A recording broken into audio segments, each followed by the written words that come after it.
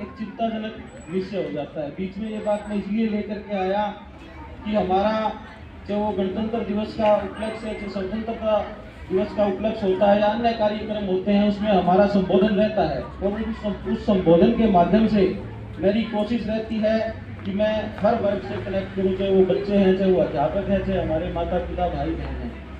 उन सबको डायरेक्ट रूप से मैं उनसे जुड़ना चाहता हूँ, तो महसूस होनी चाहिए कि बात आपके हित की है, दिल की बात मैं करने का काम करता हूँ, भाषण देने की बात मैं कभी नहीं करता।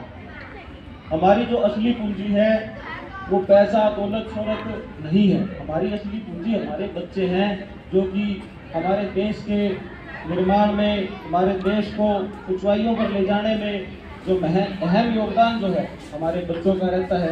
ये छोटा सा बच्चा अभी बैठा था, आपस में बात कर रहे थे, बोला यार तेरी आंखों पे डार्क सर्कल कैसे हो गए? इतने छोटे छोटे बच्चा है, डार्क सर्कल का तो कोई काम ही नहीं होना चाहिए। खेलो कूदो, दही लस्सी बढ़िया खाओ, मौज करो, बढ़िया पढ़ाई करो, डार्क सर्कल का क्या काम? ये बच्चा भी क्या नहीं कर आपस में बात कर रहे। एक बीमारी आ गई, टेंशन। छोटा बच्चा का मेरे से बात ना हो, मेरी टेंशन होगी, इस बात की टेंशन है। अगर आप इतने साधन संपन्न हैं, बढ़िया आज के दिन अच्छी सरकार है, और अगर इन बच्चों को टेंशन है तो इनकी कमी नहीं है, हमारी कमी है। तो हमें हमारे अंदर जागना चाहिए, क्यों इन बच्चों को टेंशन है, किस बात की टेंशन है? हर तरह की सुख सुविधा है। मैं जब छोटा बच्चा था, मैं भी आपकी तरह यहाँ नीचे बैठा होता था, सुन रहा होता था, तो मांग पत्र में कभी लाइब्रेरी की जैसे बात नहीं आती थी, ग्राउंड की कोई बात नहीं आती थी, और ही कामों में लगे रहते थे, ये करवा दो, ये करवा दो। आज सरकार ने ऐसा माहौल हमें दिया है। नौकरियों में देखो आप, भ्रष्टाचार खत्म हो गया। पिछले 11 साल में अगर आप देखोगे तो कितने बच्चे मुकराने की नौकरी लगे, और आप उनमें पता करो कि कितने बच्चे सिफारिश से लगे। मेरे हिसाब से आपको एक भी नहीं मिलेगा जो ये कह दे कि मैं किसी की सिफारिश से लगा हूँ या मैं किसी को पैसा नहीं लगा।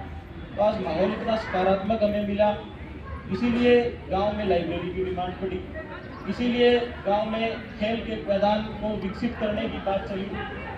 क्यों बच्चे लाइब्रेरी में जा रहे हैं? इसीलिए तो जा रहे हैं ना, उनको पता लग गया कि आपको नौकरी तो नहीं। पहले हालात कुछ और तरह के होते थे, आज हालात बड़े सकारात्मक हो गए हैं। जो प्रतिभाशाली बच्चे हैं उनको सरकार आगे बढ़ने का मौका दे रही है, चाहे वो गांव के सरपंच साहब हैं, चाहे आपके हल्के के विधायक हैं, एमपी हैं, चाहे हमारे देश के प्रदेश के मुख्यमंत्री और प्रधानमंत्री हैं। सभी की सोच एक ही है कि किस तरह से हमारे बच्चों का विकास हो, किस तरह से भ्रष्टाचार मुक्त ये हमें वातावरण मिले, ताकि हमारे बच्चों की प्रतिभा निखरे, आगे बढ़े और देश का नाम रोशन करें। आज मैंने मंच पर देखा किस तरह से अपने कला का प्रदर्शन बच्चों ने किया, उसमें उनका जहाँ